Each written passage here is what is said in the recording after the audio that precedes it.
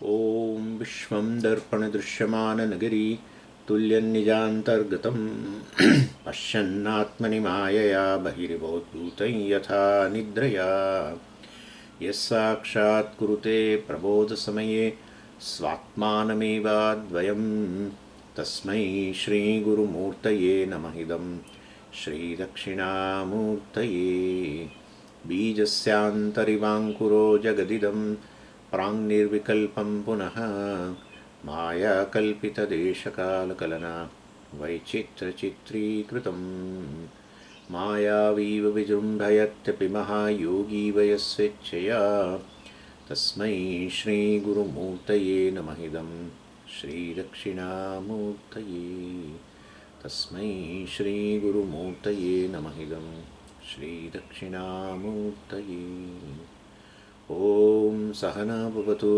सहनौ भुनक्तु सह वीर्यङ्करवावहै तेजस्विनावधीतमस्तु मा विद्विषावहै ॐ शान्तिः शान्तिः शान्तिः सदाशिवसमारम्भां शङ्कराचार्यमध्यमाम् अस्मदाचार्यपर्यन्तां वन्दे गुरुपरम्पराम् ॐ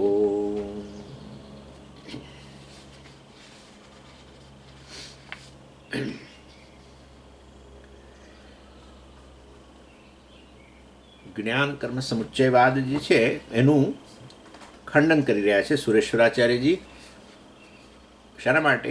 મોક્ષ માટે જ્ઞાન અને કર્મનો સમુચ્ચય, સમુચ્ચય એટલે સાથે સાથે હોવું, એ જરૂરી નથી, શક્ય પણ નથી, એ વસ્તુ બતાવે છે. ચર્ચા બંને સ્તરે છે. લૌકિક દ્રષ્ટિએ પણ જુઓ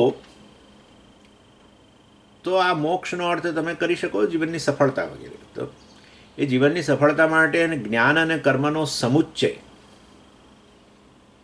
જે છે એ આમ જાણે કે સાચો દેખાય છે. એક બાજુ જ્ઞાન પ્રાપ્ત કરતા રહો, સ્કિલ્સ પણ પ્રાપ્ત કરતા રહો અને સાથે સાથે જીવનમાં સફળતા મેળવો, બંનેની જરૂર તો છે જ. પણ એ તો ભૌતિક સફળતા માટે એવું દેખાય છે. ખરેખર તમે એ ભૌતિક સફળતાની પાછળ જે સફળતા મનુષ્ય ઈચ્છે છે, જેને આપણે મોક્ષ કહીએ છીએ, એમાં જ્ઞાન કર્મનો સમુચ્ચય શક્ય નથી. સફળતા છે એ વસ્તુ કે જે આપણે સફળતા કેને ક્ષણે કહીએ કે જેમાં જે વસ્તુ જે ઈચ્છતો હોય વ્યક્તિ, એ વસ્તુ એને પ્રાપ્ત થાય એટલે આપણે કહીએ સફળ છે. એ બસ વ્યક્તિ ઈચ્છે છે ખરેખર સુખ શાંતિ અને સલામતી જ ઈચ્છે છે, બીજું કંઈ એને જોઈતું જ નથી. અને એ દ્રષ્ટિએ તમે જો જુઓ, જેને આપણે મોક્ષ કહીએ છીએ, એ દ્રષ્ટિએ જ્ઞાન કર્મનો સમુચ્ચય શક્ય નથી. કેમ? કારણ કે એ આ જે ભૌતિક ધ્યેય દ્વારા જે આ વસ્તુ આપણે ઈચ્છીએ છીએ સફળતા, મતલબ કે આ સુખ શાંતિ સલામતી, એ ખરેખર ત્યાં પ્રાપ્ત થતી નથી. કેવળ બાહ્ય સગવડો પ્રાપ્ત થાય છે. આ જ્ઞાન કર્મના સમુચ્ચયથી સફળતા પ્રાપ્ત નથી થતી. બાહ્ય સફળતા એ દ્વારા આંતરિક રીતે હું સફળ છું એવો ખ્યાલ ઉત્પન્ન થશે, એવી એક ગેરસમજ પ્રવર્તે છે. એવું જ હોય ને, અત્યારે હું અસફળ છું, કેવી રીતે સફળ બનું? કશુંક મેળવું, અને કશુંક મેળવું એટલે એ સફળતા થઈ, વસ્તુ પ્રાપ્ત થઈ, અને મારામાં ખ્યાલ ઉત્પન્ન થાય કે આઈ એમ સક્સેસફુલ, હું સફળ છું. પણ આવું થતું જ નથી. આવું ક્ષણ માટે તો થાય છે જ, પણ પછી જતું રહે છે. એ કહેવાનો આપણો આશય છે. બિલકુલ થતું નથી એવું એ ન કહેવાય, નહીં તો લોકો દોડે છે એના માટે. લોકોને કોઈને બાહ્ય સગવડો મેળવી નથી, લોકોને આંતરિક રીતે સફળતા જોઈએ છે, આંતરિક રીતે કમ્ફર્ટ જોઈએ છે. આંતરિક ગૂંચવાડો બધો અહીંયા છે, બધી તાણ અને મૂંઝવણ અહીંયા છે, બાહ્ય વસ્તુમાં નથી. મારે મારી જાત સાથે એક રાહત, જેને ઇનર કમ્ફર્ટ કહેવામાં આવે છે, એ જોઈએ છે. બસ આટલું જ છે. જે ક્ષણે પ્રાપ્ત થાય ત્યારે પછી આપણને સફળતા લાગે જ છે. પરંતુ આ બાહ્ય સાધનો છે ને, આવી પ્રકારે જ્યારે પ્રાપ્ત થાય ત્યારે હું સફળ છું એવો એક ખ્યાલ ઉત્પન્ન કરે, પણ ટકતો નથી. એટલે આપણે કહીએ છીએ કે આ તમે જ્ઞાન કર્મનો સમુચ્ચય જગતની અંદર કરીને ખરેખર આંતરિક રીતે હું સફળ છું એવો જે ખ્યાલ ઉત્પન્ન કરવો છે, એમાં એ મદદરૂપ નથી થતું, એમ આપણું કહેવું છે. અને એ તો વસ્તુ વાસ્તવમાં તમે તમારું સ્વરૂપ જાણો તો જ આ વસ્તુ શક્ય બને. અને એમાં કેવળ જ્ઞાન પ્રાપ્ત કરવાની જરૂર છે, કારણ કે તમારું સ્વરૂપ ખરેખર તમે સફળ જ છો. અને એના માટે તમારે જાણવાની માત્ર જરૂર છે. અને એ દ્રષ્ટિએ જ્ઞાન કર્મનો સમુચ્ચયની અહીંયા કોઈ શક્યતા નથી. આ તો લૌકિક દ્રષ્ટિએ હું કહું છું. વેદની અંદર તો સારું, તો એ તમારી બધી વાતો બધી બહુ મોટી મોટી છે, બરાબર છે. પરંતુ ખરેખર વેદની અંદર શું તમે આ કહ્યું કઈ રીતે કે આમ આત્માને જાણવાથી આવી સફળતા, હું સફળ છું એવું જાણી લેવાથી હું સફળ બની જાઉં, એવું તમે કઈથી કહ્યું? વેદે કહ્યું. એટલે તમે વેદમાં જે કહ્યું છે વસ્તુ માનો છો? તો માનીએ જ છે ને. તો વેદમાં તો કર્મની વાતે કરી છે. તમે જે આત્મજ્ઞાનની વાત કરો છો એ તો ખાલી એક પાનું છે.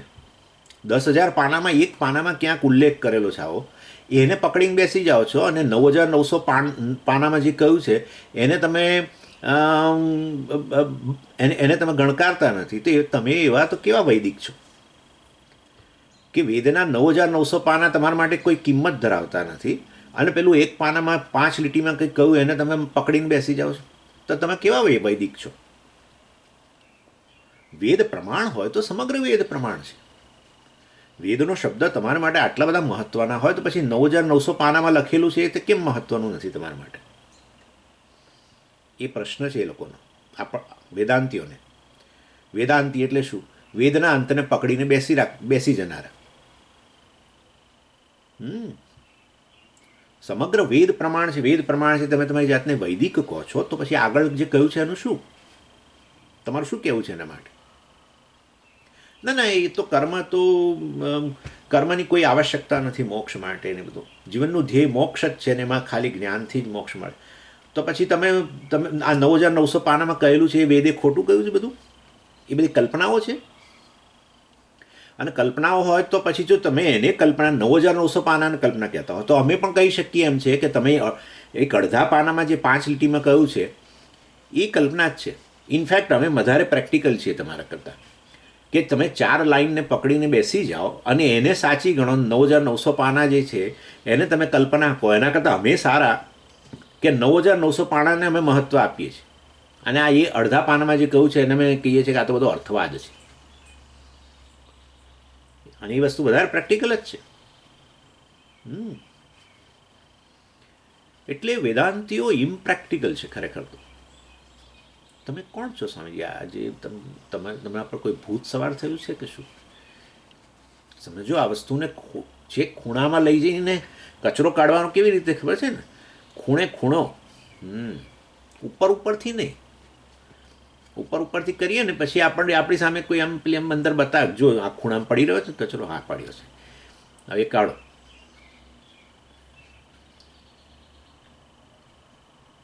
એટલે પૂરેપૂરો સ્વીકાર કરો. ક્યાં તમારો વાદ છોડી દો. જ્ઞાનથી મોક્ષ છે એવા બરાડા પાડવાના છોડી દો. કોઈ તમારા એમાં પક્ષમાં આવશે પણ નહીં. અને વસ્તુ હકીકત છે, બિલકુલ હકીકત છે. વેદાંત શાસ્ત્રનું અધ્યયન કરનારા કેટલા? હકીકત જ છે. કોઈ સ્વીકારવા જ તૈયાર નથી આ વસ્તુ. ઇમ્પ્રેક્ટિકલ જ ગણે છે. કર્મ જીવનની સફળતાનું સાધન છે માનનારા આ દુનિયાની અંદર 99.99% લોકો છે. આ તો સિંહનું દૂધ પીનારા તો ઓછા જ હોય ને, વેદાંત કેસરી ને આવા બરાડ પાડવાના રહેવા દો. ઇમ્પ્રેક્ટિકલ વસ્તુ હોય કોઈ સ્વીકારે જ નહીં, કોઈ ઇન્ટેલિજન્ટ વ્યક્તિ સ્વીકારે જ નહીં. આ તમારો વેદાંતનો પક્ષ સ્વીકારનારા ચાલો બહુ બુદ્ધિવાદીઓ હોય તો અમે જરૂર પાછા માનીએ કે ચાલો તમે બહુ મોટી વાત કરો છો ને બધા નથી સમજી શકતા. એ બધું મોટાભાગના બુદ્ધિવાદીઓ તો તમારો તિરસ્કાર કરે છે. અને આ વસ્તુ તમે પોતે જ વિચારો કે જીવનમાં વ્યક્તિ જન્મ્યો હોય ત્યારથી સફળતા માટે બહાર નજર નાખતો હોય એક વ્યક્તિ, ત્યારે તમે આવીને એવું કહી દો કે કશે નજર નાખવાની જરૂર નથી, તું જે શોધી રહ્યો છું એ તું જ છું. તો આ વસ્તુ કોણ સ્વીકારશે? ખરું, ચાલો ભગવાનના સર્જનની અંદર થોડા ગાંડાઓનું પણ સર્જન થયેલું છે અને એમાંના તમે એક છો. પાગલ વ્યક્તિઓ. એ ગાંડાની હોસ્પિટલમાં પ્રાઇમ મિનિસ્ટર ગયા, વડાપ્રધાન, અને વિઝિટ માટે. એટલે પેલા એક ગાંડો વ્યક્તિ હતો, એણે પેલા પૂછ્યું વડાપ્રધાન, એમને વિઝિટ બધા એક રૂમમાં જતા હશે, એટલે એમણે ગયા એમના રૂમમાં, એણે પૂછ્યું કે તમે કોણ છો? એ ગાંડાએ પૂછ્યું તો કે હું આ દેશનો વડાપ્રધાન છું. પેલો ગાંડાએ તરત કહ્યું કે હું આવું જ માનતો હતો, પછી થોડા વખતમાં ઠીક થઈ ગયો. સમજ્યા? હું પહેલાં આવું જ માનતો હતો, તમે અહીં રહેશો ને તો તમે મારી જેમ ઠીક થઈ જશો. એટલે કોણ સ્વીકારે? એ વ્યક્તિ કે હું વડાપ્રધાન છું, કોઈ સ્વીકારે જ નહીં. ગાણપણ છે. હું બ્રહ્મ છું, જે કંઈ મેળવવું છે જીવનની અંદર એ હું જ છું. ગાંડાઓ. અને ચાલો વ્યક્તિને પહેલે વ્યક્તિ આવું જન્મ્યા પછી ક્યારેક એને આવું થાય કે સફળતા માટે બહાર નજર નાખે, તો ચાલો માનીએ કે એની તકલીફ છે. પણ જે જન્મે છે આ જ બહિર્મુખતા લઈને જન્મે છે, સફળતા તો બહાર જ છે.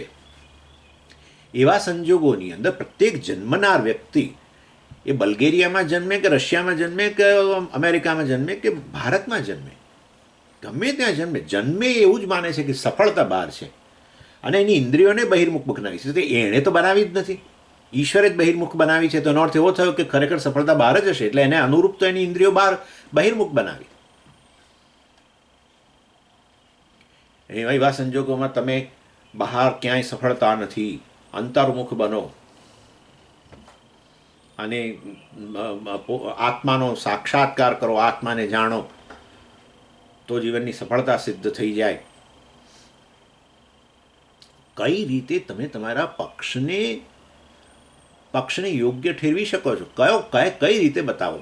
ચાલો બતાવો એક પણ રીતે. સાચી છે. એના કરતાં અમે સારા જુઓ. અમે અમારી જાતને વૈદિક કહીએ છીએ. તમે કહો છો ને એવી રીતે અમે અમારી જાતને વૈદિક જ કહીએ છીએ. અને એટલું જ નહીં, વેદનો પૂરો સ્વીકાર કરીએ છીએ. તમારી જેમ નહીં અડધા પાનાનો, 10,000 પાનામાંથી. 10,000 પાનામાં જે કહ્યું છે એ બધું પ્રમાણભૂત છે. એવું અમે માનનારા સાચા અર્થમાં વૈદિકો છે, તમે નહીં.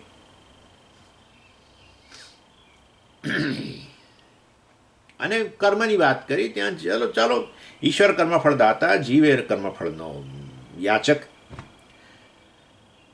જીવ ઈશ્વર વચ્ચેનો ભેદ એ પણ સાચો. જે કહ્યું હોય શાસ્ત્રમાં યોગ્ય હોય તો પછી ત્યાં ભેદ કયો છે તો ભેદ પણ સાચો. અને આ તમારા ચાર લીટીમાં જે કહ્યું ત્યાં જીવ અને જીવ ઈશ્વર વચ્ચે વચ્ચે ભેદ નથી, અભેદ છે, એ પણ સાચું. એટલે આ તમારા અદ્વૈત અભેદને છોડો હવે. ભેદ અને અભેદ બંને સાચું છે. બ્રહ્મ ભેદાભેદ ધરાવે છે. સમષ્ટિની દ્રષ્ટિએ બ્રહ્મ એક, અદ્વૈત. અને આ સમષ્ટિની અંદર રહેલા બધા વ્યષ્ટિઓ છે, જીવો બધા, એ પણ સત્ય. ભેદ એનો સ્વીકાર કરો તો પેલા કર્મકાંડનો સ્વીકાર થઈ ગયો. જીવો પણ સત્ય, ઈશ્વર પણ સત્ય, એટલે એનો સ્વીકાર થઈ જાય. અને આપણે 4 લીટીમાં જે કહેલું છે કે જીવ અને ઈશ્વર વચ્ચે અભેદ છે, એ પણ સાચો. સમષ્ટિની દ્રષ્ટિએ એક જ ઈશ્વરને અંતર્ગત, બધું એક જ બ્રહ્મને અંતર્ગત, એટલે અભેદ પણ સાચો. અને જીવો પણ બધા જે છે એ પણ સત્ય છે, વ્યષ્ટિ પણ સાચું. એટલે બ્રહ્મ વ્યષ્ટિ સમષ્ટિ બંને ધરાવે છે, ભેદ અભેદ બંને ધરાવે છે, એ વસ્તુ સત્ય છે. ભેદાભેદવાદનો સ્વીકાર કરવો જોઈએ. આ તમારા અભેદવાદનો જીવ ઈશ્વર વચ્ચે ભેદ જ નથી ને આમ ને તેમ ને. અને તો પછી એ વાસ્તવમાં એવું કહો એટલે પછી જીવન ઈશ્વર વચ્ચેનો ભેદ સ્પષ્ટ કરનાર જે કર્મકાંડ છે, વેદનો મોટો પોર્શન છે, એનો તિરસ્કાર જ થઈ ગયો. કર્મ જે કંઈ કહેવાયા છે બધા કોને કહેવાયા છે? જીવને કહેવાય છે. તો એ જીવને જીવ કર્મ કરે ને પછી કર્મફળની અપેક્ષા ક્યાં રાખશે? ઈશ્વર પાસે રાખશે. તો પછી એનો અર્થ એવો જીવન ઈશ્વર વચ્ચે ભેદ છે. એ કર્મફળ દાતા છે, તમે કર્મફળની માગણી કરનારા છો. તો એ વસ્તુનો સ્વીકાર કરો, ભેદનો સ્વીકાર કરો. અને સમષ્ટિની દ્રષ્ટિએ એક જ બ્રહ્મ, અભેદ. એટલે એ રીતે તમે જુઓ તો વાસ્તવની અંદર યોગ્ય બેસે છે, એમ એમનું કહેવું છે. પ્રવચન અપાઈ ગયું. હવે આગળ જઈએ. એટલે ભેદાભેદવાદ જે છે એનું અહીંયા ખંડન થઈ રહ્યું છે. એમાં આચાર્યએ ભેદ પક્ષને લઈને નિરાશ કર્યો, અભેદ પક્ષને લઈને પણ નિરાશ કર્યો અને કરી રહ્યા છે. આ 77મા શ્લોકમાં પણ આપણે જોઈ જ રહ્યા છીએ. અને પછી ભેદાભેદવાદનું પણ ખંડન કરીને સિદ્ધ કરશે કે ખરેખર આ વસ્તુ શક્ય નથી અને એને કારણે જ્ઞાન કર્મ સમુચ્ચય મોક્ષ માટે કરવો જોઈએ. કર્મકાંડમાંથી જ્ઞાન વેદાંતમાંથી બંનેનો સમુચ્ચય કરીને મોક્ષ પ્રાપ્ત કરી શકાય એવો જે વાદ છે એ પણ વાદનું પણ ખંડન થશે. કેવળ જ્ઞાનથી મોક્ષ સિદ્ધ થાય છે એ વસ્તુ કહે છે. ચાલો, એટલે 77મા શ્લોકની અંદર કહે છે સામાન્યેતરરૂપાભ્યામ કર્માત્મૈવાસ્ય યોગિનઃ નિશ્વાસોચ્છ્વાસવત તસ્માત ન નિયોગમપેક્ષતે. કર્માસ્ય યોગિનઃ આત્મ એવ ભવતી. આ જ્ઞાની માટે, એટલે આ ભેદાભેદવાદના જ્ઞાની માટે એ જ્ઞાની બ્રહ્મજ્ઞાની ખરા, પણ કયા પ્રકારનું બ્રહ્મ? ભેદાભેદવાળું બ્રહ્મ. સમષ્ટિની દ્રષ્ટિએ એક અને વ્યષ્ટિની દ્રષ્ટિએ અનેક. એવું જે બ્રહ્મ જે છે એવું એ બ્રહ્મનું જ્ઞાન ધરાવનાર જ્ઞાની જે છે તો એના માટે તો વાસ્તવમાં કર્મ આત્મા ભવતી. કર્મ એનો આત્મા બની ગયો. કારણ કે સમષ્ટિની દ્રષ્ટિએ એક બરાબર ને વ્યષ્ટિની દ્રષ્ટિએ પણ અનેક. વ્યષ્ટિ તો ભાઈ આ બધા જીવો અને જીવોનું કરતાપણું, જીવોના કર્મો, એ બધું આ એકને અંતર્ગત જ બ્રહ્મને અંતર્ગત જ આવી ગયું. તો આવો બ્રહ્મજ્ઞાની માટે તો આ બધા જે કર્મો જે છે એ કર્મો બધા શું એનો સ્વરૂપ જ બની ગયું ને.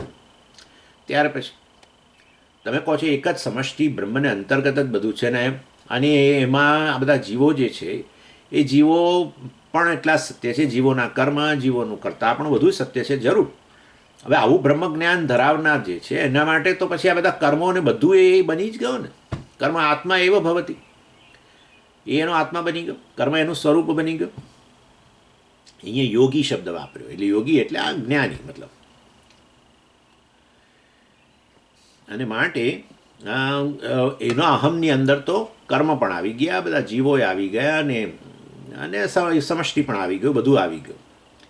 એટલે સમજો આ વસ્તુ. એટલે કર્મ એનું સ્વરૂપ બની ગયું. સમજી તો આપણું બ્રહ્મ આવું જ છે ને. આપણું બ્રહ્મ આવું છે, પરંતુ આપણે તો કહીએ છીએ કે વાસ્તવમાં બ્રહ્મ તો પૂર્ણ છે અને આ બધા જીવોનું કરતાપણું ને મારા કર્મો બધું મિથ્યા છે. સમજો આ વસ્તુ. હા, એ સત્ય નથી. એટલે પછી મિથ્યા આત્મા છે એવું કહેવાનો કંઈ બહુ અર્થ નથી. અને કહેવું હોય તો કહો, મિથ્યા જે છે એ બ્રહ્મ જ છે ને, એનો વાંધો નથી. પરંતુ મિથ્યા છે એટલું યાદ રાખો. એ લોકો કે મિથ્યા નહીં, જીવ સત્ય જ છે. જીવનું કરતાપણું સત્ય છે, અને કરેલા કર્મો બધું સત્ય જ છે. એટલે વાસ્તવની અંદર તો પછી એવું કહેવું પડે કે કર્મ એનો આત્મા બની ગયો. કારણ કે એ સમષ્ટિ બ્રહ્મ જે છે એને અહમના રૂપમાં જાણ્યું, પરંતુ એ જ પાછું વ્યષ્ટિના રૂપમાં છે. એટલે વ્યષ્ટિ જીવો બધા જે છે એ પણ એના અહમમાં આવી ગયા. એમના બધાના કરતાપણું આવી ગયું, એમના બધાના કર્મો આવી ગયા. વૈદિક કર્મો કરતો હોય એ બધા જીવો જે વૈદિક કર્મો પોતાના આશ્રમને અનુસાર, વર્ણ આશ્રમને અનુસાર કરતા હોય એ બધા એનું સ્વરૂપ બની ગયા એમ. એટલે કે કર્મ જે છે એનો આત્મા બની ગયો. આત્મા એટલે એ સ્વરૂપ. કર્મ આત્મૈવ અસ્ય યોગિનઃ. એટલે આ પ્રત્યેક પદાર્થ જે હોય છે એને બે દૃષ્ટિબિંદુથી આપણે જોઈ શકતા હોય છે. એક તો સામાન્ય દૃષ્ટિ અને બીજી આપણે વિશેષ દૃષ્ટિથી. કારણ કે સામાન્ય દૃષ્ટિથી તમે જુઓ તો આ એક વ્યક્તિ જે છે એ એક દાખલા તરીકે મનુષ્ય છે સમજો. અને વિશેષ દૃષ્ટિથી જુઓ તો વાસ્તવમાં એને અંતર્ગત પછી વર્ણ અને આશ્રમ ને પછી એનું લિંગ અને દેખાવ મતલબ જે તે બધું એ બધી વિશેષ વસ્તુ કહેવાય. સામાન્ય દૃષ્ટિ એટલે શું કે મનુષ્ય, અને એની અંતર્ગત પછી આ બધું વર્ણ આશ્રમ અને એનો મતલબ પુરુષ સ્ત્રી આ તે બધું. અને એટલે વાસ્તવની અંદર વૈદિક કર્મો જે છે એ પણ આ રીતે બે દૃષ્ટિબિંદુથી જોઈ શકાય. જેમ તમે વ્યષ્ટિને આ રીતે બે દૃષ્ટિબિંદુથી જુઓ, સામાન્ય દૃષ્ટિથી મનુષ્ય અને વિશેષ દૃષ્ટિથી એનો વર્ણ આશ્રમ વગેરે, એવી રીતે કર્મને પણ તમે બે દૃષ્ટિથી બિંદુથી જોઈ શકો, સામાન્ય અને વિશેષ દૃષ્ટિથી. એટલે સામાન્ય દૃષ્ટિથી શું વૈદિક કર્મ એ વૈદિક કર્મ છે, અને વિશેષ દૃષ્ટિથી શું એટલે કે છે કે વિશેષ દ્રષ્ટિથી વૈદિક કર્મ એક વિશેષ પ્રકારનું કર્મ જે જેના માટે એટલે વિશેષ કર્મ એટલે શું? એ વિશેષ કર્મ વર્ણને અનુરૂપ, આશ્રમને અનુરૂપ અને ઉંમરને અનુરૂપ. એટલે કેટલાક કર્મ એવા છે કે જેના માટે વેદે કહ્યું કે આ વ્યક્તિ જે કર્મ કરવા માગે છે યજમાનના વાળ કાળા હોવા જોઈએ, કાળા વાળવાળો કરી શકે, મતલબ યુવાન કરી શકે એમ કે છે. આવું ચોખ્ખું કૃષ્ણકેશ અધીત એટલે કૃષ્ણકેશ એના વાળ કાળા હોય ત્યારે એ કરે. જોકે હવે તો 40 વર્ષમાં 35 વર્ષમાં થતા હોય છે થોડા, પણ ઇન શોર્ટ આને વિશેષ કર્મ કહેવાય. અમુક ઉંમરને અંતર્ગત, અમુક વર્ણને અંતર્ગત, અમુક ગોત્રને અંતર્ગત કે આશ્રમને અંતર્ગત વગેરે. એટલે આમ સામાન્ય દ્રષ્ટિથી શું વૈદિક કર્મ બરાબર, પણ વૈદિક કર્મને અંતર્ગત પાછું વર્ણને અનુરૂપ, આશ્રમને અનુરૂપ, આ બધાને અનુરૂપ પાછું વિશેષ કર્મ આવે. જેવી રીતે એક વ્યક્તિ મનુષ્ય પણ વર્ણને અનુરૂપ, આશ્રમને અનુરૂપ વગેરે અનુરૂપ જુદો જુદો બને ને વિશેષ.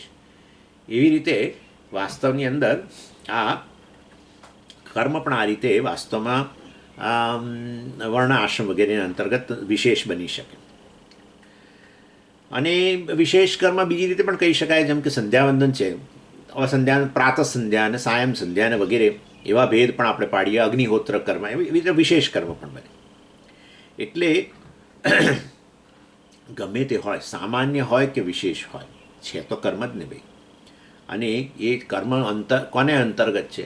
એ કર્મ વાસ્તવની અંદર આ બ્રહ્મને અંતર્ગત છે, સમષ્ટિને અંતર્ગત છે. અને એ બ્રહ્મ સાથે જેણે આ રીતે તાદાત્મ્ય કર્યું આ જ્ઞાનીએ, કે એ આ સમસ્ત વ્યસ્ત ભૂતમ, સમષ્ટિ અને વ્યષ્ટિના રૂપમાં રહેલું બ્રહ્મ હું છું.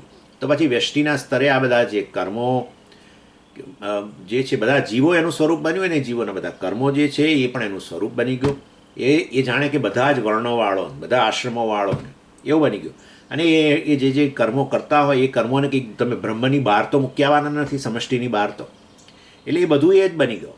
કર્મ જાણે કે એનું સ્વરૂપ થઈ ગયું એમ કહેવાનો અહીંયા આશા છે. સામાન્ય ઇતર રૂપાભ્યામ એટલે સામાન્ય કે ઇતર, ઇતર એટલે કે આ વિશેષ. એટલે સામાન્ય અને વિશેષ રૂપમાં રહેલું બ્રહ્મ જ આ વ્યક્તિનો આત્મા છે. એની માટે સામાન્ય અને વિશેષ કર્મો બધા એનું સ્વરૂપ બની ગયું, એનો આત્મા બની ગયો. અને શેના સમાન? તો આચાર્ય કહે છે નિશ્વાસ ઉચ્છ્વાસવત. જેમ આપણા શ્વાસ અને ઉચ્છ્વાસ જે છે એ જાણે કે આપણો આત્મા જ છે ને, મતલબ આપણાથી ભિન્ન છે જ નહીં. તમે જ્યારે તમારી વાત કંઈ પણ કરતા હો તો તમારા નિશ્વાસ ઉચ્છ્વાસ તો અંદર આવી જ ગયા, મતલબ આવી જ ગયા ને. ના, હું વ્યક્તિ અને મારા શ્વાસ અને ઉચ્છ્વાસ આવું કોઈ બોલે? આપણે નિશ્વાસ ઉચ્છ્વાસવત, શ્વાસ અને ઉચ્છ્વાસ જે છે એ વ્યક્તિનું સ્વરૂપ જ છે ને. અને માટે એવી ને એવી રીતે આ કર્મ પણ આ વ્યક્તિ જ્ઞાની જે છે, સમષ્ટિ વ્યષ્ટિ બ્રહ્મ જે છે એ બ્રહ્મ એ મારો આત્મા છે, આવું જ્ઞાન ધરાવનારા જ્ઞાની જે છે એ વાસ્તવમાં એ આ વ્યષ્ટિના રૂપમાં રહેલા બધા કર્મો જે છે બધા એનું સ્વરૂપ બની ગયું. અને કયા પ્રકારના કર્મો? સામાન્ય અને ઇતર એટલે વિશેષ. તસ્માત તેથી નિયોગમ એટલે આ કર્મ જે છે, નિયોગમ એટલે શું? કર્મ માટેની વિધિ. નિયોગમ એટલે જે આ બધી વસ્તુઓ જે છે એ શાસ્ત્રમાં કહેવામાં આવી. નિયોગ એટલે આ કર્મ કર એવું એ વાસ્તવની અંદર એ પ્રકારની ત્યાં વાત કરેલી છે શાસ્ત્રમાં, કે તમે તમારી ઓળખાણ આપવાની કે હું આ છું, બ્રાહ્મણ છું, એટલે તરત શાસ્ત્ર કહે તો પછી આ કર્મ કર એમ. એને નિયોગ કહેવાય. આપણે વિધિ કહીએ છીએ તે. એટલે પ્રિસ્ક્રિપ્શન કહો, ચાલો કર્મનું પ્રિસ્ક્રિપ્શન આ પ્રકારનું. તમારે ક્યાં ઓળખાણ આપવાની, હું ફલાણા આશ્રમનો છું તો કે આ કર્મ કર. હું કાળા વાળવાળો છું તો કે હવે આ કર્મ કર. સમજ્યા? એટલે આ પ્રકારનો નિયોગમ ન અપેક્ષતે. હવે અપેક્ષા જ ન રહીને જ્ઞાની માટે, કારણ કે બધા જ વર્ણોએ, બધા જ આશ્રમે, બધા જીવો પણ એ, અથવા પછી બધા આશ્રમોને વર્ણોને અંતર્ગત કે બધી ઉંમરને અંતર્ગત રહેલા જે કર્મો છે એ બધા કર્મો એનું સ્વરૂપ જ બની ગયા. તો પછી હવે કોઈ વિશેષ પ્રકારના કર્મનું કોઈ અપેક્ષા જ રાખી ન શકાય. કોના માટે? જ્ઞાની માટે. આ જ્ઞાનીને હવે કોઈ વિશેષ પ્રકારના કર્મની અપેક્ષા ન રાખી શકે. હા, તો પછી એનો અર્થ એવો થયો કે હવે કયા કર્મ કરશે તમે અમને કહો. વેદાંતિ પૂછે છે પેલા. કયા કર્મો કરવાના જ્ઞાની? મને અમને કહો, કયા કર્મો, કયા વૈદિક કર્મ? ના, એણે બ્રાહ્મણ કર્મ કરવાના, પણ એ તો ક્ષત્રિય છે ને, એ તો બ્રહ્મ, એ પોતાને બ્રહ્મ જાણે છે. એટલે બધા જ વર્ણો પણ હું છું, બધા આશ્રમો હું છું, બધા જીવો હું છું, બધાના એ બધાના કર્મો હું છું. તો હવે કયા વિશેષ કર્મો એણે કરવાના રહ્યા બતાવો. માટે તમારા મત મુજબ પણ આવો બ્રહ્મજ્ઞાની છે, એ બ્રહ્મજ્ઞાનીને કોઈ બીજા પ્રકારના, મતલબ કોઈ એ બ્રહ્મજ્ઞાનીને કોઈ પણ પ્રકારના કર્મ કરવાના રહેતા જ નથી. જ્ઞાન કર્મનો સમુચ્ચય અમારા વાદમાં તો નથી જ, જવા જ દો તમે. તમારા વાદમાં પણ તમારા જ્ઞાની માટે કોઈ કર્મ કરવાના શક્ય જ નહીં બને. ના ના, પણ બધા જ આશ્રમના, બધા જ વર્ણના, બધી જ ઉંમરના બધા જ કર્મો એણે કરવાના. ગાંડપણ ન કરશો, કોઈ કરી ના શક્યા.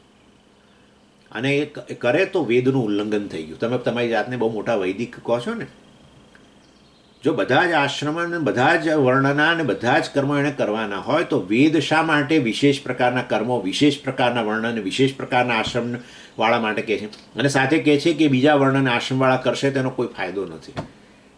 તો પછી જ્ઞાની જ્યારે કરે તો જ્ઞાની તમારા આપણા વેદનું ઉલ્લંઘન કર્યું કે ના કર્યું? ના, એણે અમુક જ કર્મ કરવાના. શા માટે અમુક કર્મ કરવાના? તો એ બ્રહ્મજ્ઞાની કેવી રીતે? બ્રહ્મજ્ઞાની એવો છે કે જેણે આ સમષ્ટિના રૂપમાં પણ પોતાને જાણ્યું અને બધું વ્યષ્ટિના રૂપમાં પણ જે છે બધું હું છું એવું જાણ્યું. અને વ્યષ્ટિના રૂપમાં તો બધા જ વર્ણવાળા લોકો છે, બધા જ આશ્રમવાળા છે, અને એ બધાના કર્મોય છે. આ બધું અંતર્ગત જ છે ને સમષ્ટિને. કોઈ વિશેષ કર્મ તો રહ્યા જ નહીં. જે વેદ તો વિશેષ પ્રકારના કર્મની વાત કરે છે. તમારા 9995 છે ને, એની અંદર બધા કર્મો બધા વર્ણના બધા આશ્રમોવાળા માટે રહેલા છે, ને એમાંથી તમારે તમારા વર્ણના આશ્રમને અનુરૂપ કરવાના છે. તો પછી કયા કર્મો કરશે એ બતાવો ને અમને. બધા કર્મો કરવા તો કોઈને માટે શક્ય નથી, અને કરવાની ના પણ પાડે છે વેદ.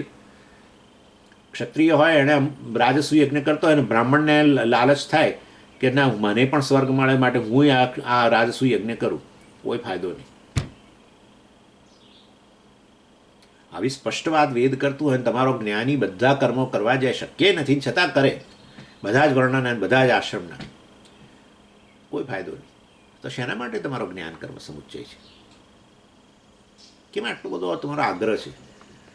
શું લાભ ખાટવો તમારે? તમારા વાદ પ્રમાણે તમારો બ્રહ્મજ્ઞાની માટે પણ જ્ઞાન કરવાનો સમુચ્ચય શક્ય નથી. અમારી વાત જ જવા દો. વૈદિક કહો છો ને તમે, વેદનું ઉલ્લંઘન ન કરવું જોઈએ. તો વેદના વિશેષ કર્મો વિશેષ પ્રકારના વર્ણન આશ્રમ માટે છે. જ્ઞાની કયા કરશે? બધા કરશે તો વેદનું ઉલ્લંઘન થઈ ગયું, તમારો જ્ઞાની અવૈદિક થઈ જશે. વ્યાજ સહિત વેદાંતિ પાછું આપે છે, વ્યાજ સહિત. આવું છે. આ બધું આર્ગ્યુમેન્ટ કરવું જ, બધું આર્ગ્યુમેન્ટના સ્તરે, દલીલના સ્તરે બધું ઠીક છે,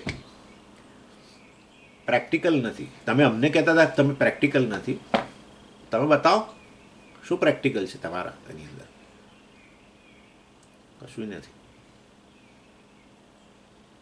માટે ભેદાભેદ પક્ષ જે છે એમાંથી આપણે અત્યારે આ અભેદ પક્ષનું નિરાકરણ આ સાથે પૂરું કર્યું. એટલે જ્ઞાન કર્મનો સમુચ્ચય શક્ય નથી. એટલે અભેદ પક્ષથી આ દર્શાવ્યું આપણે 77મા શ્લોકમાં. એટલે 73 થી 77 જે છે એ આ 6 શ્લોકોની અંદર આપણે આ રીતે અભેદ પક્ષનું ખંડન કર્યું. ભેદ પક્ષનું જે ખંડન છે હું તમને ખાલી જણાવી દઉં છું. 71 અને 72મા શ્લોકમાં કર્યું, અને 73 થી 77માં અભેદ પક્ષનું. હવે કયો પક્ષ રહ્યો? ભેદાભેદ પક્ષ. ભેદાભેદ પક્ષ જે છે એનું અહીંયા ખંડન કરે છે. અને આ રીતે આચાર્ય ભેદાભેદવાદનું ખંડન, ભેદ પણ શક્ય નથી, ભેદ પક્ષનું ખંડન કર્યું, અભેદ પક્ષનું ખંડન કર્યું, અને હવે ભેદાભેદ પક્ષનું ખંડન કરે છે. 78મા શ્લોકનું સંબંધ ગદ્ય. અસ્તુ તર્હિ ભિન્ના ભિન્નમ આત્મકમ બ્રહ્મ તથા ચ સતી જ્ઞાનકર્મણી સંભવતઃ ભેદાભેદ વિષયત્વાત્ તયોઃ.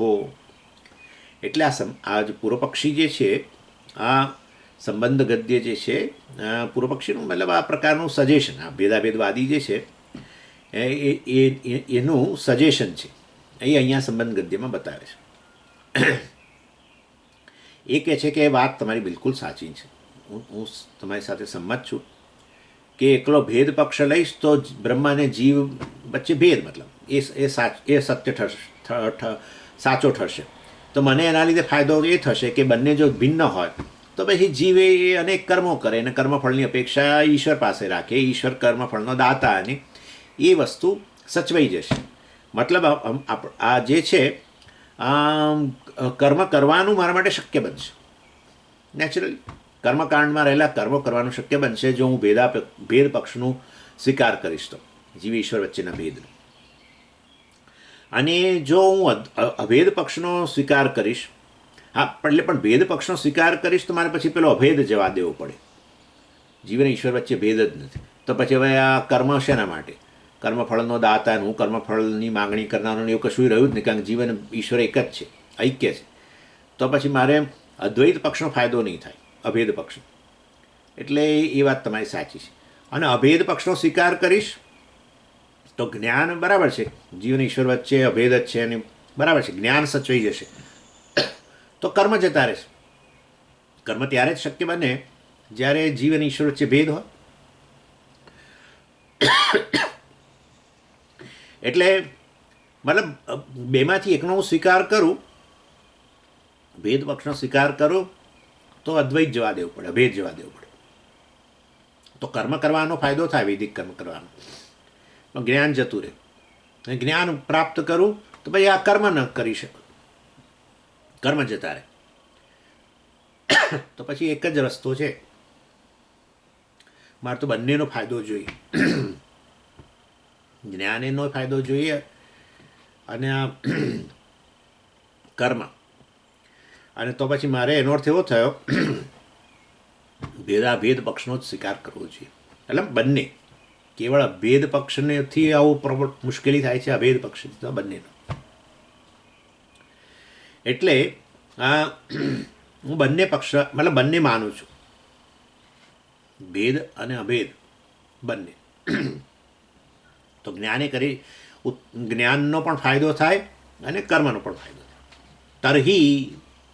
તરહી ઇન ધેટ કેસ એટલે ભેદ પક્ષનું પણ તમે ખંડન કર્યું એટલે મારે સ્વીકાર કરવો પડ્યો, અભેદ પક્ષનું પણ તમે ખંડન કર્યું માટે મારે સ્વીકાર કરવો પડ્યો. એટલે આવું હોવાને કારણે બ્રહ્મ ભિન્નાત્મકમ વસ્તુ, ભિન્નાત્મકમ અસ્તુ. આ બ્રહ્મ જે છે એ વાસ્તવની અંદર જીવથી ભિન્ન પણ ગણી લઈએ અને બ્રહ્મ જીવથી કે ઈશ્વર જીવથી અભિન્ન પણ ગણી લઈએ. કેવળ ભેદ જીવ અને ઈશ્વર વચ્ચેનો તો બહુ કર્મો બધા કરી શકો. હું અનેક કર્મ કરું, કર્મફળની માગણી કરું, એ દાતા છે, આપે મને બધું સરસ. અભેદ પક્ષ તો જીવ ઈશ્વર વચ્ચેનું ઐક્યનું જ્ઞાન મળી જાય, પરંતુ પછી કર્મ ક્યાં રહે? કોણ કર્મફળનો યાચક ને કોણ કર્મફળ દાતા? માટે બધા કર્મો જતા રહે. એના કરતાં આ સારું ભિન્નાત્મકમ, મતલબ બ્રહ્મ અને જીવ વચ્ચે, ઈશ્વર અને જીવ વચ્ચે ભેદ પણ માની લઈએ અને અભેદ પણ માની લઈએ, આઈડેન્ટિકલ. અને એટલે પૂર્વ પક્ષી જે છે એ કેટલા બિચારા એની તકલીફ આપણે સમજી શકીએ છીએ, એની એન્ઝાયટી સમજી શકાય એ વસ્તુ છે.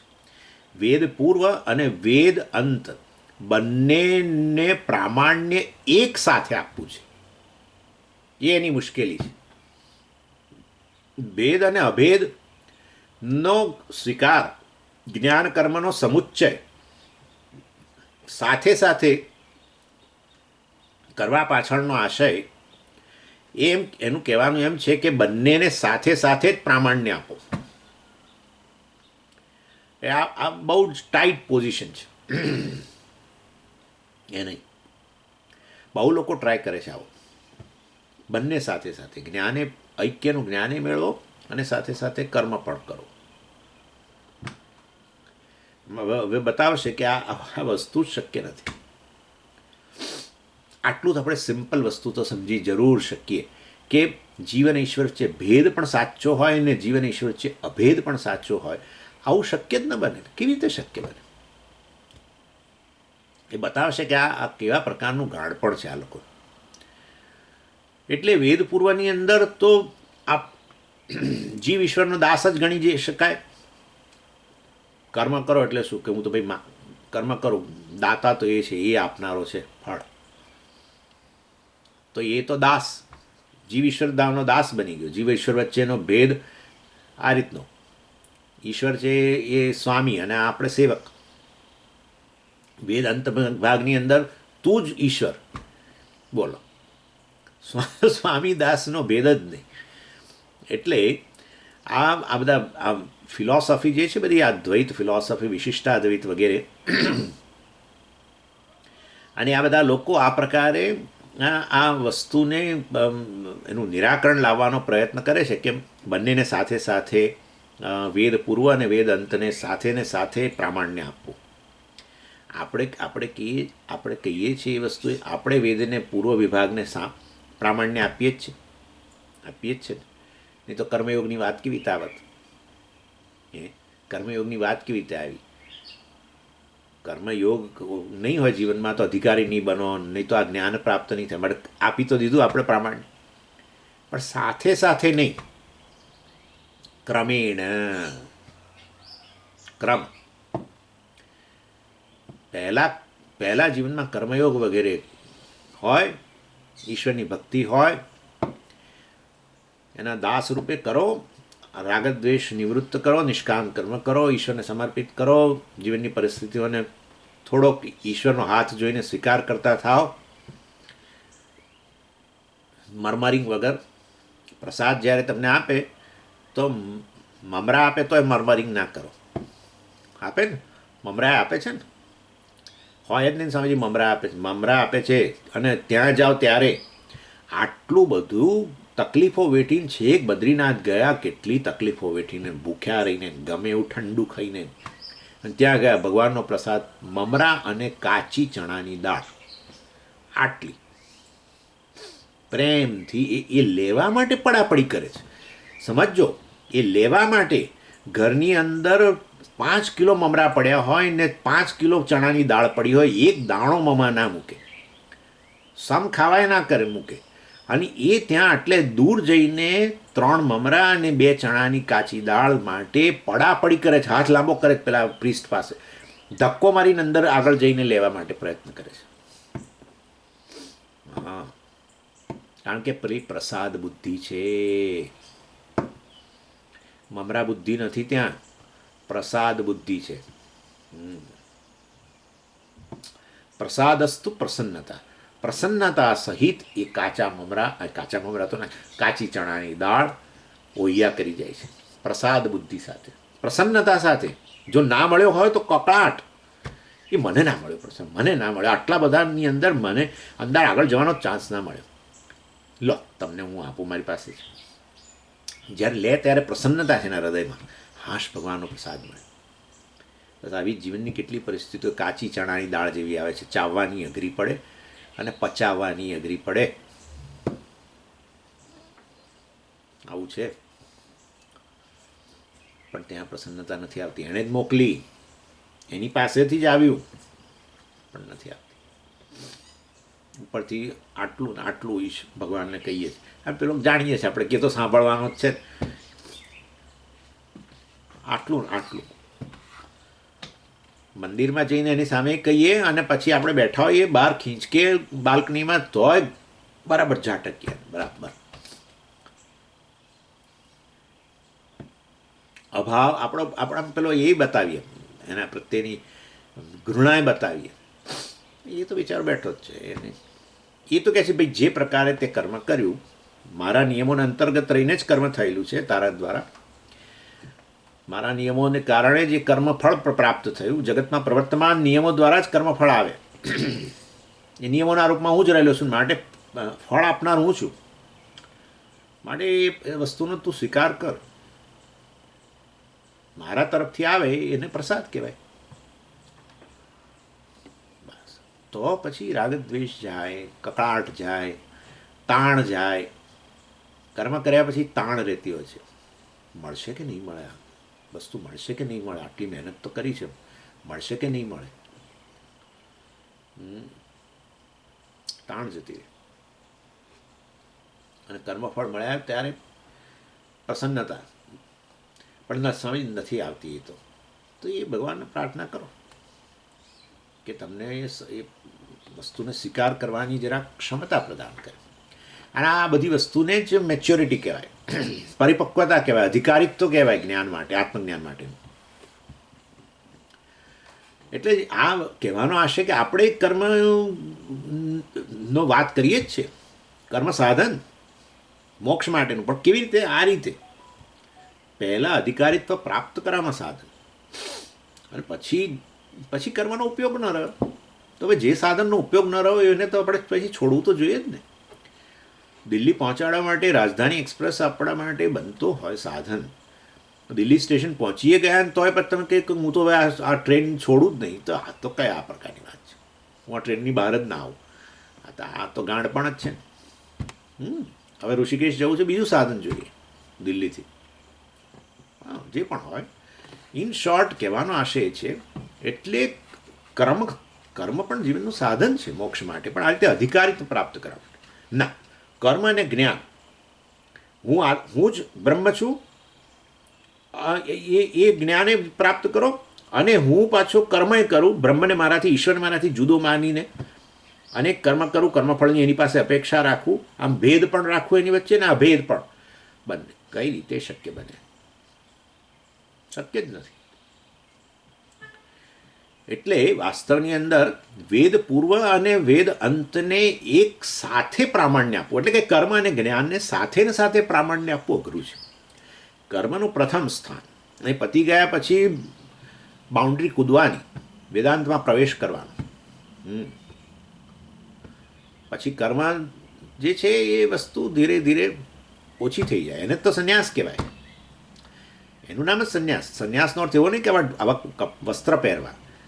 કર્મનું આપણા જીવનમાં મહત્ત્વ ઓછું થઈ જાય અને જ્ઞાનનું મહત્ત્વ વધી જાય, જ્ઞાનને અનુરૂપ આપણી જીવન પદ્ધતિ, શ્રવણ મનન નિધિધ્યાસનની પ્રધાનતા આવી જાય, એનું નામ સંન્યાસ.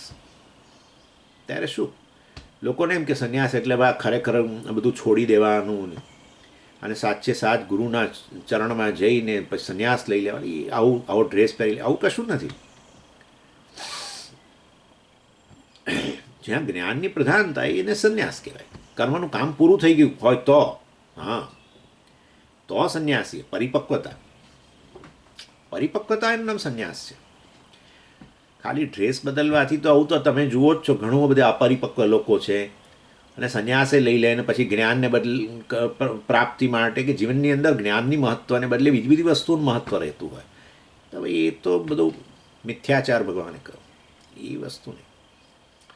ચાલો, એટલે તથા ચ સતી, એટલે આ વ્યક્તિ પૂર્વપક્ષી કહે છે મારે તો આ તમે ભેદ પક્ષનું ખંડન કર્યું ને એટલે, અને અભેદ પક્ષનું ખંડન કર્યું એટલે હું તો આ ભેદાભેદ પક્ષ બંનેને પકડી રાખું છું. જો આ બંનેને આપણે સાથે સાથે કરીએ, જ્ઞાન કર્મણી સંભવતઃ, તો જ્ઞાન અને કર્મ વાસ્તવની અંદર આ બંને સાથે કરવા શક્ય છે. સંભવતઃ એટલે પોસિબલ છે. કેવી રીતે આવું શક્ય બને આપણે પૂછીએ છીએ. તયો ભેદ અભેદ વિષયત્વાત, કારણ કે કર્મ જે છે એમાં ભેદ વિષય છે જીવન ઈશ્વર વચ્ચેનો, અને જ્ઞાન છે એમાં અભેદ વિષય છે. એટલે યુનિટી બંને વચ્ચેની ઐક્ય પણ સાચું અને બંને વચ્ચેની ડાયવર્સિટી પણ સાચી વગેરે. એટલે આપણે કહેવું પડ્યું કે ભાઈ આ બધું તમે ખોટું છે. આચાર્ય એનો સરસ ઉત્તર આપે છે સંબંધ ગદ્ય 77ની અંદર, વધારે જે આગળ જે છે એમાં, તત્ર તાવત અયમ પક્ષ એવ ન સંભવતી કિમ કારણમ નહીં ભિન્ન અયમ ઇતિ અભેદબુદ્ધિ નિરાકૃત્ય ભેદબુદ્ધિ પદાર્થમાં આલિંગતે. કે છે, હું થોડું લઉં છું એમાંથી. એટલે કે છે તત્ર તાવત અયમ પક્ષ એવ ન સંભવતી. સુરેશ્વરાચાર્યજી કહે છે કે વાસ્તવની અંદર વાતો કરવી બહુ સરસ છે, ભેદ પક્ષને પણ લઈ લઈએ, અભેદ પક્ષને લઈ લઈએ, બધાનો સમાવેશ કરી દઈએ, આપણી ક્ષમાશીલતા દેખાય, આપણે બધાનો સ્વીકાર કરીએ છીએ એવું દેખાય, કોઈને આપણે રિજેક્ટ નથી કરતા, એવું સુંદર લાગે પણ ખરું. એટલે વેદ અને વેદનું આપણને એકદમ પૂરેપૂરું આગળ પાછળ પૂર્વ અને પછીનું બધાનું આપણે એને પ્રામાણ્ય આપી દીધું એવું દેખાય. કારણ કે વેદ તો છેવટે ઈશ્વરના શ્વાસ અને નિશ્વાસ છે. અને માટે વાસ્તવની અંદર એટલે એ જે વેદ ઈશ્વરે પ્રદાન કરેલા છે, જે ઈશ્વરથી અભિન્ન છે, ઈશ્વરના શ્વાસ અને નિશ્વાસ સમાન છે, એનો આપણે પૂરેપૂરો સ્વીકાર કર્યો એવું સુંદર એક પિક્ચર પણ રજૂ થઈ જાય જો બંને પક્ષનો સ્વીકાર કરી લઈએ તો. અને માટે જીવ ઈશ્વર ઐક્ય અને જીવ ઈશ્વર વચ્ચેનો ભેદ બંનેનો પણ આપણે સ્વીકાર કરી લેવો જોઈએ. પરંતુ વાસ્તવમાં તત્ર તાવત અયમ પક્ષ એવ ન સંભવતી. આ તો પક્ષ આવો શક્ય જ નથી. ભેદ અને અભેદ બંને એક સામટો એ તો શક્ય જ નથી. જરૂર વેદને આપણે એ પ્રમાણ છે ને એને ઈશ્વરે પ્રદાન કરેલા છે, બધી વસ્તુ સાચી, માટે એના માટે આદર હોવો જોઈએ પણ સાચું. પણ એનો અર્થ એવો નહીં કે એ વસ્તુ એ જે કહે છે એને સમજવાની અંદર આપણે આપણી બુદ્ધિને તદ્દન દેવાળું એનું ફૂંકી દઈએ, એવો કોઈ એમાં અર્થ નથી. એ દૃષ્ટિએ વેદાંતિઓ ક્યારેય આ બધી જે માન્યતાઓ જે હોય છે એને એ લોકો સ્વીકારતા નથી. માન્યતાઓ મતલબ કે વસ્તુને સ્વીકારી લે કશું સમજ્યા વગર. જીવ ઈશ્વર વચ્ચે ભેદ સ્વીકારી લો, જીવ ઈશ્વર વચ્ચે અભેદ સ્વીકારી લો. કેમ? વેદે કહ્યું છે. આવું આપણામાં નથી. એ ક્રિશ્ચનોમાં હશે ને બીજાઓમાં હશે ને બધે હશે ને કદાચ આપણા હિન્દુ ધર્મને સનાતન ધર્મને અંતર્ગતે આ બધા જે વાડાઓ છે બધા કેટલાય સંપ્રદાયો બધા અનેક એ લોકોએ આવું બધું સ્વીકારી લેતા હશે.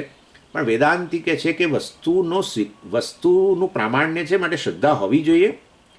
શ્રદ્ધાનું નામ જ પ્રામાણ્ય બુદ્ધિ. જે કહે છે વેદ એ સત્ય જ છે જરૂર, પણ સત્ય છે એટલે સ્વીકાર કરી લો. પણ સ્વીકાર કેવી રીતે કરું? મારી બુદ્ધિમાં બેસતું ના હોય તો એનો અર્થ એવો છે કે સત્ય છે ખરું, પરંતુ મારે એને સમજવું પડે નહીં, એને માટે યુક્તિ કરવી પડે, અને યુક્તિ કરીને વસ્તુને મારી બુદ્ધિમાં બેસાડવી પડે. માટે યુક્તિ કે લોજિકનો વિરોધ ન હોવો જોઈએ, તર્કનો વિરોધ નહીં. તર્ક કરીને વેદનું ખંડન કરવાની હિંમત ન કરીએ, કારણ કે ઈશ્વરે પ્રદાન કરેલા છે બરાબર છે, પણ તર્ક કરીને જે કહેવામાં આવ્યું છે એને સમજીએ તો ખરા જ ને. અને માટે એટલે આ જે કંઈ આપણે વેદના વાક્યો છે એનું અર્થઘટન કરીએ તો એમાં જરૂર આ તર્કનો પ્રયોગ તો કરવો જ જોઈએ. આને જ વાસ્તવની અંદર આપણી શ્રદ્ધા ગણીએ છીએ. આપણે શ્રદ્ધા એટલે આવી પ્રકારની શ્રદ્ધા, આસ્તિક કે બુદ્ધિ ખરી આપણી, અંધશ્રદ્ધા નહીં. અંધશ્રદ્ધા જેમ એક અંધ વ્યક્તિ અન્યને શ્રદ્ધા રાખીને ચાલે જતો હોય, એનું હાથ પકડીને, એવી રીતે નહીં. એ કહેલું વસ્તુ તદ્દન સત્ય. વેદ જે કહે એ વસ્તુ કોઈ બીજા જ્ઞાનના સાધનથી ન જ જાણી શકાય. અને માટે મારે આત્મા વિશે જાણવું, પુણ્યપાપ વિશે જાણવું, દેવતા વિશે જાણવું, જુદા જુદા લોક વિશે જાણવું, ઈશ્વર વિશે જાણવું, બધા માટે વેદ જ પ્રામાણ્ય જરૂર. પણ એ જે કહે વસ્તુને સમજવી તો પડે જ ને, અને એમાં તર્કનો પ્રયોગ કરવો જ પડે. હા, તર્ક કરે છે, યુક્તિ કરે છે. આ કહ્યું છે એના માટે તર્ક કરે છે, તો તર્ક જ કરે ને, પણ બુદ્ધિમાં તર્ક વગર બેસવાનું નથી. અને માટે વેદનો આદર કરીએ at the cost of logic. વેદનો આદર કરીએ પરંતુ તર્ક ન કરવો જોઈએ, કારણ કે આદર છે તો એ એક એક્સ્ટ્રીમ છે. અને વાસ્તવની અંદર તર્કને પકડી રાખીએ અને વેદ જે કહે એનો અનાદર કરીએ તો આ બીજો એક્સ્ટ્રીમ છે. નાસ્તિકો જે કરે છે તે, નાસ્તિકો આ કરે છે, પોતાની બુદ્ધિને પ્રામાણ્ય આપે છે, વેદને નહીં. બીજા કેટલાક છે વેદને જ પ્રામાણ્ય આપે છે, બુદ્ધિને બિલકુલ ગણકારતા જ નથી. વેદે કહ્યું બસ પતી ગયું, એવી રીતે નહીં. એટલે સુરેશ્વર રાજા કહે છે કે બંને શ્રુતિ અને યુક્તિ બંને વસ્તુને સાથે રાખો, પ્રામાણ્ય આપો.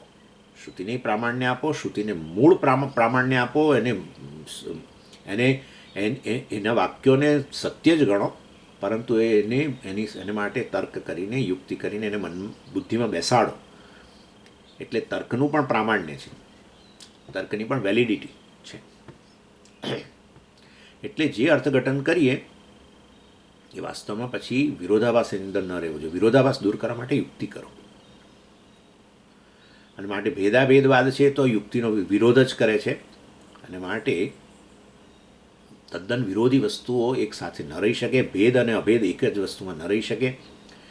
એટલે ક્યાં તો જીવ ઈશ્વરથી અભિન્ન જ હોય, એની વચ્ચે વાસ્તવિક રીતે ઐક્ય જ હોય, અથવા તો જીવ અને બ્રહ્મ કે ઈશ્વર વચ્ચે ખરેખર ભેદ જ હોય, બંને વસ્તુ સાથે ન હોય.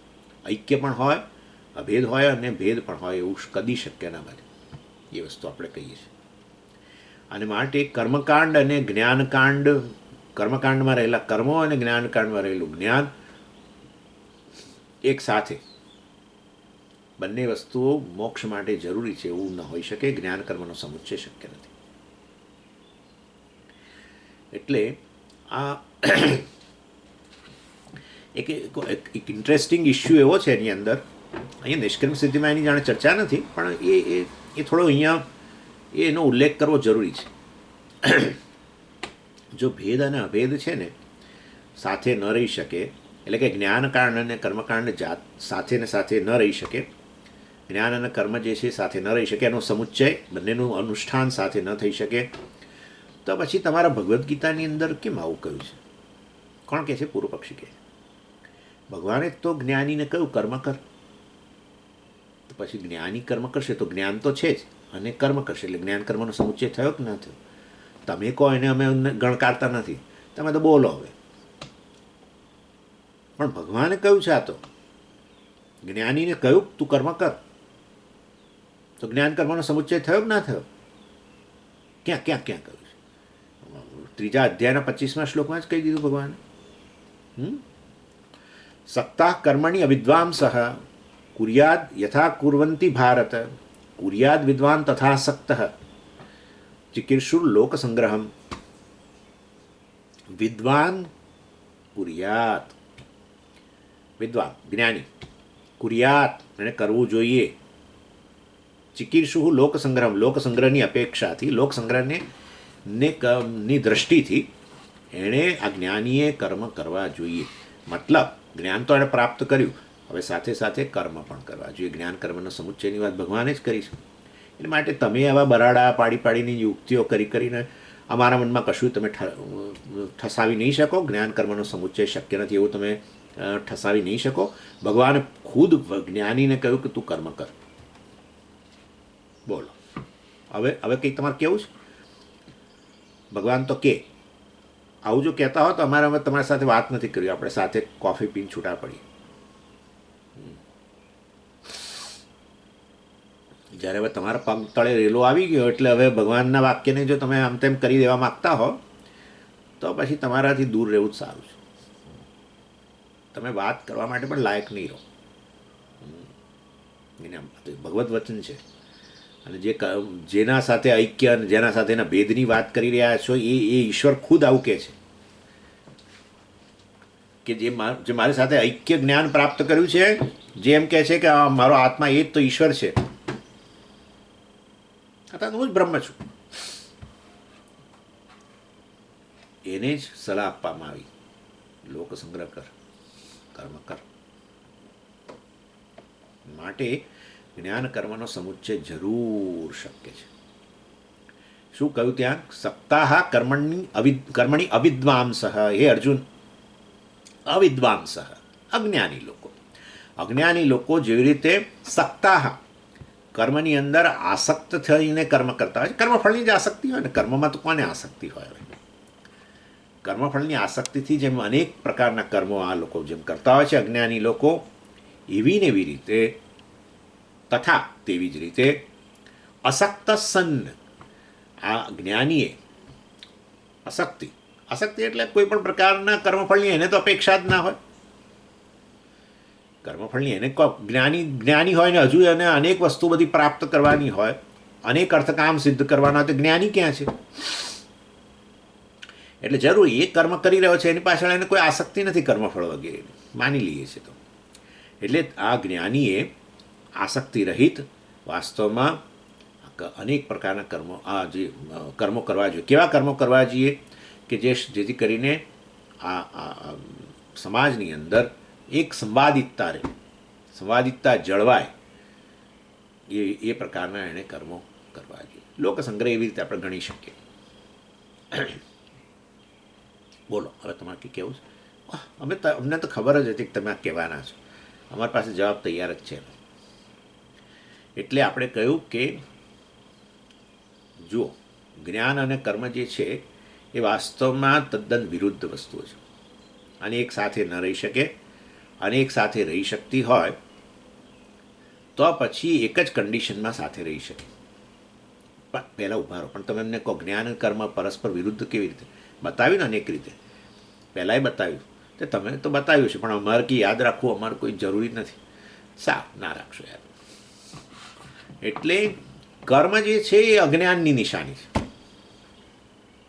આપણે જોઈ ગયા, અજ્ઞાનને કારણે જ વાસ્તવની અંદર કર્તૃત્વ, આત્માને કરતા નથી, એના કારણે કર્મ શક્ય બને. એટલે કર્મ કરતા રહો એટલે તો અવિદ્યામાંથી ઉત્પન્ન થયેલું છે. અવિદ્યાને કારણે કર્તૃત્વ, એ એનો પુત્ર ગણાય, અવિદ્યા માતાજીનો પુત્ર કર્મ. પછી કર્તૃત્વ, સોરી. અને કર્તૃત્વમાંથી શું જન્મે? કર્મ. એટલે કર્મ જે છે એમનો પૌત્ર બની ગયો અવિદ્યા માતાનો. એટલે પોતે કારણ છે અવિદ્યા. એટલે કર્મ છે ત્યારે, એટલે એનો અર્થ એવું થયો કે અવિદ્યા છે, કારણ તો હોય જ. કાર્ય ઉત્પન્ન થાય ત્યારે કારણ તો હોય જ ને. પણ એટલે કર્મ, કર્મફળ, રાગ દ્વેષ, આ બધું છેવટે અવિદ્યા જ ગણવામાં આવે છે. કર્મ માટે અવિદ્યા શબ્દ વપરાય જ છે. ક્યાં વપરાય છે? ઈશાવાસ્યમાં જ વપરાયો છે. અવિદ્યા મૃત્યુમ તીર્થવા વિદ્યા અમૃતમ અશ્નુતે. ઉપનિષદ પોતે કર્મ માટે અવિદ્યા શબ્દ વાપર્યો, કારણ કે અવિદ્યા વગર શક્ય જ નથી કર્મ. આત્માને કરતા તમે તમારી જાતને કરતા ન ગણો તો કર્મ ક્યાં શક્ય બનવાના છે? અને પોતાને કરતા ગણો એ તો અવિદ્યા છે. આત્મા કરતા છે જ નહીં. આત્મા કરતાય નથી ને ભોગતાય નથી. તો શરીર કરતા ભોગતા છે ને શરીરે કરતા નથી ને ભોગતા નથી. આ ચર્ચા હમણાં કરી ગયા અહીંયા, જો કે અંગ્રેજી પ્રવચનની અંદર. પણ કોણ કરતા ભોગતા છે? કરતા ભોગતા નામની વસ્તુ જ નથી. ના, એવું નહીં. છે તો આત્મા નહીં, ના આત્મા નહીં. તો શરીર કરતા ભોગતા, ના શરીરે કરતા ભોગતા નથી. તો પછી હવે આત્મા અને શરીરની વચ્ચે, સ્થૂળ શરીર અને આત્માની વચ્ચે જે રહેલું છે એમાંનું કોઈ કશે તકલીફવાળું, કર્તૃત્વવાળું. ઇન્દ્રિયો?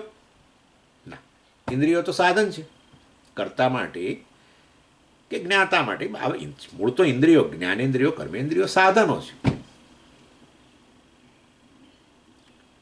કરણ કહેવાય, કરતા નહીં, સાધન. સારું, પ્રાણે નહીં. પ્રાણ તો ક્રિયા કરવા માટે પેલા કર્તાને શક્તિ પ્રદાન કરે. કરતા ત્યારે જ કરી શકે જ્યારે આનામાં શક્તિ હોય. આપણે જોઈએ જ છે, ભલભલા કર્મો અટકી જાય. જો માણસ ભૂખ્યો રહે તો ચાલવાનું બંધ કરી દે. ભૂખ્યો રહ્યો 2-3 દિવસ તો કે ચલાશે નહીં. એટલે પ્રાણ તો જે છે વાસ્તવની અંદર શક્તિ પ્રદાન કરનાર છે. એ પણ એ દ્રષ્ટિએ એને સાધન કહેવાય ક્રિયા માટે. આ જ્ઞાનેન્દ્રિયો, કર્મેન્દ્રિયો કર્મ માટે સાધન ગણાય. કર્તાને આ કરણના રૂપમાં મદદ કરે. જેવી રીતે સુથાર જે છે કરતા છે ફર્નિચર બનાવવા માટેનો, તો એના માટે જે પેલો રંધો વગેરે વાપરે જેમ સાધનો હોય એવી રીતે. તો હવે શું બાકી રહ્યું? સ્થૂળ શરીર નહીં, પ્રાણ નહીં,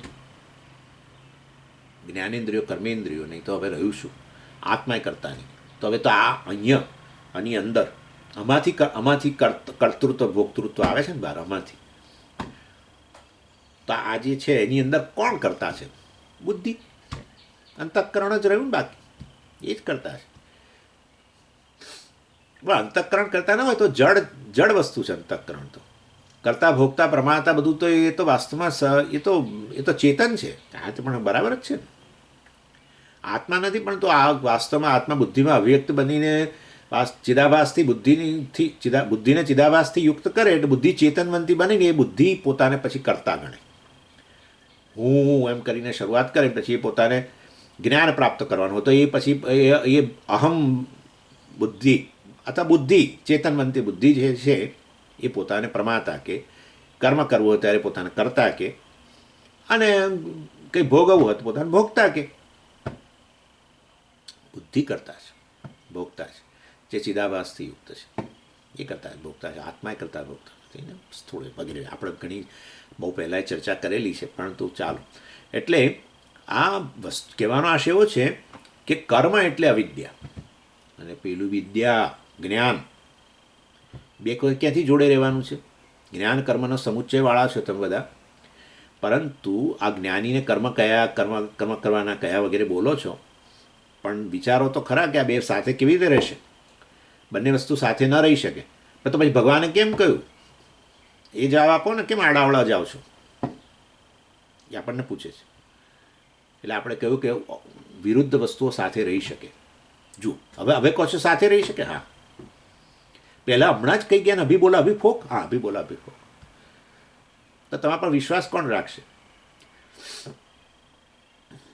બે વિરુદ્ધ વસ્તુઓ સાથે રહી શકે જો જુદી જુદી સત્યતાવાળી હોય. અંધકાર અને દિવસ સાથે રહી શકે. અંધકાર અને અજવાળું સાથે રહે. શું બોલો છો તમે? હા,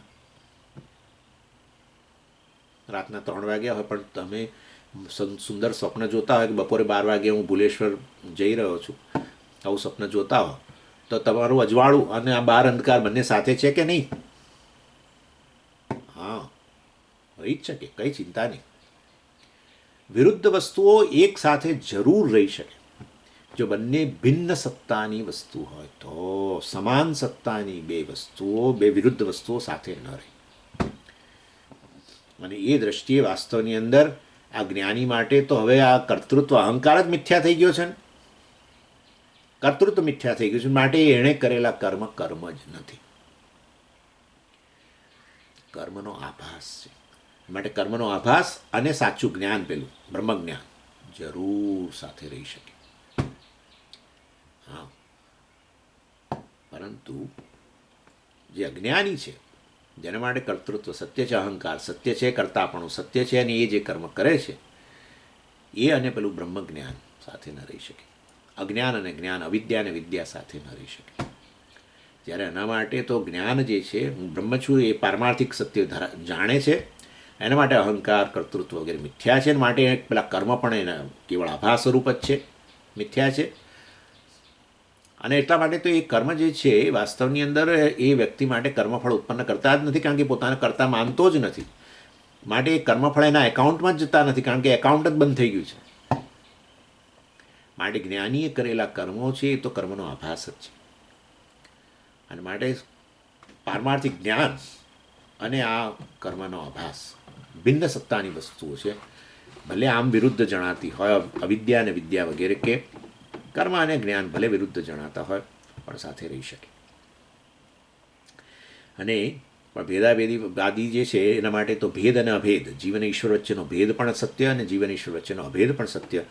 એવા સંજોગોની અંદર કર્મ અને જ્ઞાન સાથે રહે એવું શક્ય નથી. પણ એ વસ્તુ અહીંયા એ કહી રહ્યો છે. ચાલો, ઓમ પૂર્ણમદ પૂર્ણમિદમ પૂર્ણાત પૂર્ણમુદચ્યતે પૂર્ણસ્ય પૂર્ણમાદાય પૂર્ણમેવાવશિષ્યતે.